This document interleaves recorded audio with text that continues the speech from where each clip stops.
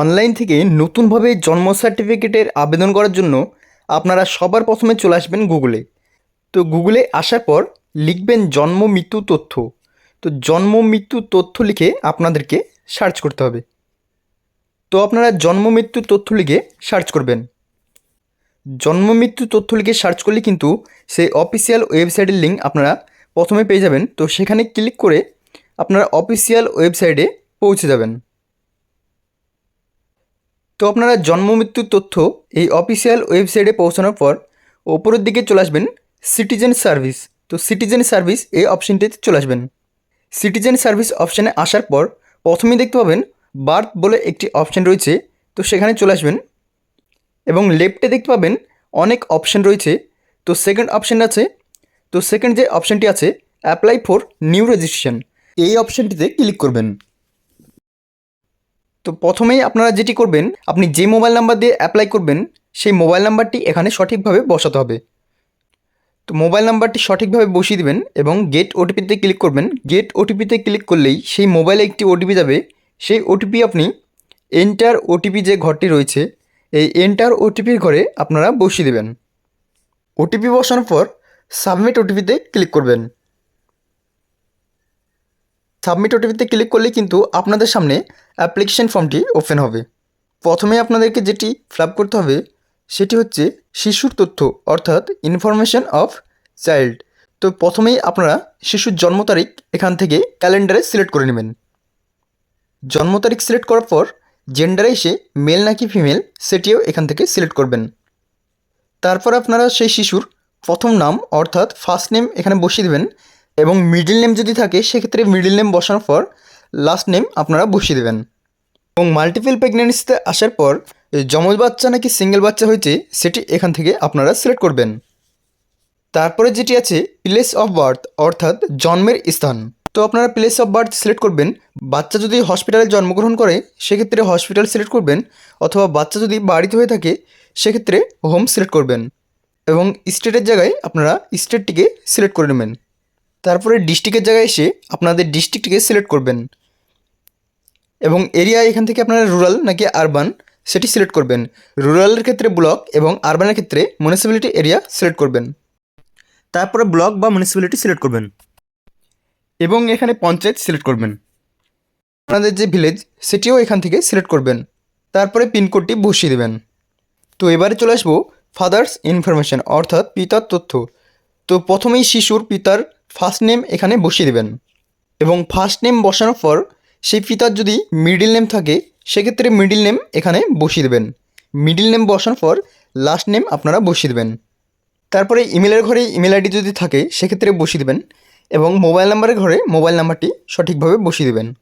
তো mobile number বসানোর পর টাইপ অফ আইডি প্রুফ, তো এখানে যে কোনো একটি আইডি প্রুফ হিসেবে আপনারা সিলেক্ট করবেন। তো আপনাদের কাছে যদি আধার কার্ড থাকে সেক্ষেত্রে আধার সিলেক্ট করবেন এবং আইডি প্রুফের জায়গায় আধার নাম্বারটি বসিয়ে দেবেন। তারপরে চুজ ফাইলে ক্লিক করে সেই আধার কার্ডটিকে আপলোড করে দেবেন। এবারে চলে আসবো মাদার্স ইনফরমেশন। তো আপনারা বাবার তথ্য যেভাবে বসিয়েছেন সেভাবেও এখানে শিশুর মাতার তথ্য সঠিকভাবে বসিয়ে দেবেন। তারপরে শিশুর জন্মগ্রহণের সময় মায়ের যে ঠিকানা ছিল সেই মায়ের ঠিকানা এখানে সঠিকভাবে বসিয়ে দেবেন। তো এবারে চলে আসবো পার্মানেন্ট অ্যাড্রেস অফ মাদার। তো ওপরের ঠিকানার সঙ্গে স্থায়ী ঠিকানা অর্থাৎ পার্মানেন্ট অ্যাড্রেস যদি একই হয় সেক্ষেত্রে আপনারা প্লিজ চেক ইফের জায়গায় আপনারা টিকমার্ক করে দেবেন এবং টিকমার্ক করে দিলে এখানে সম্পূর্ণভাবে কিন্তু সেটি হুবহু ফিল আপ হয়ে যাবে। এবারে চলে আসবো পরিসংখ্যানগত তথ্য। তো প্রথমে রিলিজিয়ন অর্থাৎ ধর্ম। তো কোন ধর্মের শিশুটি জন্মগ্রহণ করেছে সেটি আপনারা এখান থেকে সিলেক্ট করবেন। তারপরে সেই শিশুর পিতার শিক্ষাগত যোগ্যতা আপনারা এখান থেকে সিলেক্ট করবেন এবং শিশুর পিতার পেশা এখান থেকে আপনারা সিলেক্ট করবেন। তারপরে সেই শিশুর মায়ের শিক্ষাগত যোগ্যতাও আপনারা এখান থেকে সিলেক্ট করবেন এবং শিশুর মায়ের পেশা এখানে আপনারা সিলেক্ট করবেন। এবারে চলে আসবো আদার্স ইনফরমেশন। তো প্রথমে যেটি বসাতে হবে এখানে বলা হয়েছে প্রথম বিয়ের সময় মাতার বয়স কত ছিল। তো আপনারা সঠিকভাবে এটি বসিয়ে দেবেন। তারপরে এখান থেকে আপনারা প্রসবকালীন পরিচর্যা অর্থাৎ যেটি হবে সেটি সিলেক্ট করবেন।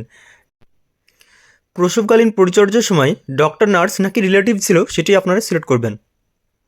তারপরে যেটি বলা হয়েছে বাচ্চার জন্মের সময় মাতার পূর্ণ বয়স কত ছিল, তো আপনারা এখানে সেটি বসিয়ে দেবেন। নর্মালি নাকি সিজার হয়েছে বাচ্চা, সেটি আপনারা এখান থেকে সিলেক্ট করবেন।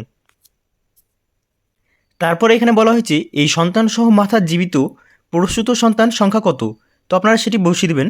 তারপরে বাচ্চার ওয়েট আপনারা এখানে বসিয়ে দেবেন। তো বাচ্চার ওয়েট আপনারা ডিসচার্জ সার্টিফিকেটে পেয়ে যাবেন, সেখান থেকে দেখে আপনারা এখানে বসিয়ে দেবেন। তারপরে duration of pregnancy in weeks, তো কত সপ্তাহ পর বাচ্চা হয়েছে সেটি আপনারা এখানে বসিয়ে দেবেন। তো সমস্ত কিছু বসানোর পর আপলোড ডকুমেন্টস অপশানে চলে আসবেন এবং আসার পর এখানে আপনারা ডিসচার্জ সার্টিফিকেট অথবা ডাক্তারের অ্যাটেন্ডিং সার্টিফিকেটটি আপনারা আপলোড করে দেবেন।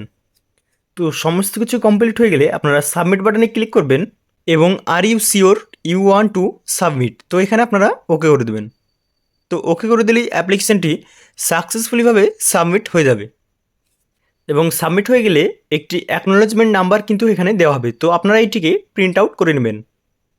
তো অ্যাপ্লিকেশান সাবমিট হওয়ার পর পরবর্তীতে স্ট্যাটাস চেক করার জন্য আবারও আপনারা হোম পেজে প্রবেশ করবেন। তো ওয়েবসাইটের হোম পেজে আসার পর আবারও সিটিজেন সার্ভিস অপশানে চলে যাবেন এবং যাওয়ার পর বার্থ অপশানে চলে আসবেন। আসার পর দেখতে পাবেন 3 নম্বর অপশান যেটি রয়েছে ট্র্যাক অ্যাপ্লিকেশন, তো সেখানে ক্লিক করবেন। ট্র্যাক অ্যাপ্লিকেশনে ক্লিক করলেই আপনাদের সামনে এই ধরনের অপশান শো হবে। তো এখানে আপনারা অ্যাকনোলেজমেন্ট নাম্বারটি বসিয়ে দেবেন। বসানোর পর এখানে জেন্ডার থেকে শিশুর ডেট অফ বার্থ বসিয়ে দেবেন। তো অ্যাকনোলেজমেন্ট নাম্বার এবং ডেট অফ বার্থ বসানোর পর সাবমিট অপশানে ক্লিক করবেন। সাবমিট অপশানে ক্লিক করলেই কিন্তু আপনাদের অ্যাপ্লিকেশনের স্ট্যাটাস আপনারা এখান থেকে দেখতে পাবেন। তো ধন্যবাদ সকলকে ভিডিওটি শেষ পর্যন্ত দেখার জন্য।